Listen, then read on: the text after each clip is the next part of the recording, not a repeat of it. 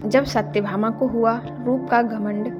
श्री कृष्ण भगवान द्वारका में रानी सत्यभामा के साथ सिंहासन पर विराजमान थे। निकट ही गरुण और सुदर्शन चक्र भी बैठे हुए थे। तीनों के चेहरे पर दिव्य तेज झलक रहा था।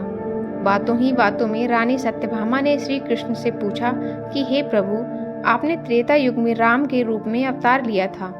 सीता आपकी पत्नी थी, क्या वे मुझसे भी ज्यादा सुंदर थीं? द्वारकाधीश समझ गए कि सत्यभामा को अपने रूप का अभिमान हो गया है। तभी गरुण ने कहा कि भगवान, क्या दुनिया में मुझसे भी ज्यादा तेज गति से कोई उड़ सकता है? इधर सुदर्शन चक्र से भी नहीं रहा गया और वे भी कह उठे कि भगवान, मैंने बड़े बड़े युद्धों में आपको विजय श्री दिलवाई है, क्या संसार में मुझसे भी शक्तिशाली कोई है?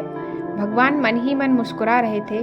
वे जान रहे थे कि उनके इन तीनों भक्तों को अहंकार हो गया है और इनका अहंकार नष्ट करने का समय आ गया है। ऐसा सोचकर उन्होंने गरुड़ से कहा कि हे गरुड़, तुम हनुमान के पास जाओ और कहना कि भगवान राम माता सीता के साथ उनकी प्रतीक्षा कर रहे हैं। गरुड़ भगवान की आज्ञा लेकर हनुमान को लाने चले गए। इधर श्री कृष्ण ने सत्यभामा से कहा कि देवी, आप सीता के रूप में तैयार हो जाएं, और स्वयं द्वारकाधीश ने राम का रूप धारण कर लिया। मधुसूदन ने सुदर्शन चक्र को आज्ञा देते हुए कहा कि तुम महल के प्रवेश द्वार पर पहरा दो और ध्यान रहे कि मेरी आज्ञा के बिना महल में कोई प्रवेश ना करे। भगवान की आज्ञा पाकर चक्र महल के प्रवेश द्वार पर तैनात हो गए।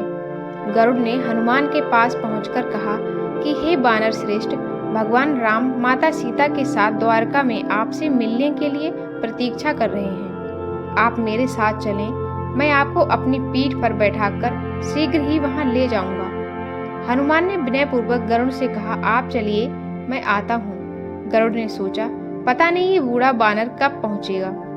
खैर, मैं भगवान के पास चलता हूँ। ये सोचकर गरुड़ शीघ्रता से द्वारका की ओर उड़े। पर ये क्या, महल में पहुंचकर गरुड़ देखते हैं कि हनुमान तो उनसे पहले ही महल में प्रभु के सामने बैठे हैं। गरुड़ का सिर लज्जा से झुक गया। श्री राम ने हनुमान से कहा कि पवन पुत्र, तुम बिना आज्ञा के महल में कैसे प्रवेश कर गए? क्या तुम्हें किसी ने प्रवेश द्वार पर रोका नहीं? हनुमान ने हाथ जोड़ते हुए सिर झुकाकर अपने मुंह से सुदर्शन चक्र को निकालकर प्रभु के सामने रख दिया। हनुमान ने कहा कि प्रभु, आपसे मिलने से मुझे इस चक्र ने रोका था, इसलिए इसे मुंह में रखकर मैं आपसे मिलने आ गया। मुझे क्षमा करें। भगवान मन ही मन मुस्कुराने लगे। हनुमान ने हाथ जोड़ते हुए श्री राम से प्रश्न किया, हे प्रभु, आज आपने माता सीता के स्थान पर किस दासी को इतना सम्मान दे दिया कि वह आपके साथ सिंहासन पर विराजमान है? अब रानी सत्यभामा का अहंकार भंग होने की बारी थी। उन्हें सुंदरता का अहंकार था जो पल भर में चूर हो गया था। रानी सत्यभामा, सुदर्शन चक्र व गरुड़ जी तीनों का गर्व चूर चूर हो गया था। वे भगवान की लीला समझ रहे थे। तीनों की आंखों में आंसू बहने लगे और वे भगवान के चरणों में झुक गए। अद्भुत लीला है प्रभु की। अपने भक्तों के अहंकार को अपने भक्त द्वारा ही दूर किया उन्होंने। जीवन में कभी भी अहंकार नहीं करना चाहिए। जरूरी नहीं कि आज जो आपके पास है वह कल भी होगा। तो आज की इस कहानी में इतना ही।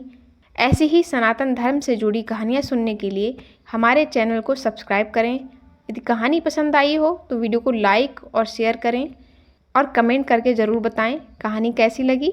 मिलते हैं एक नई कहानी के साथ। तब तक के लिए हरे कृष्णा।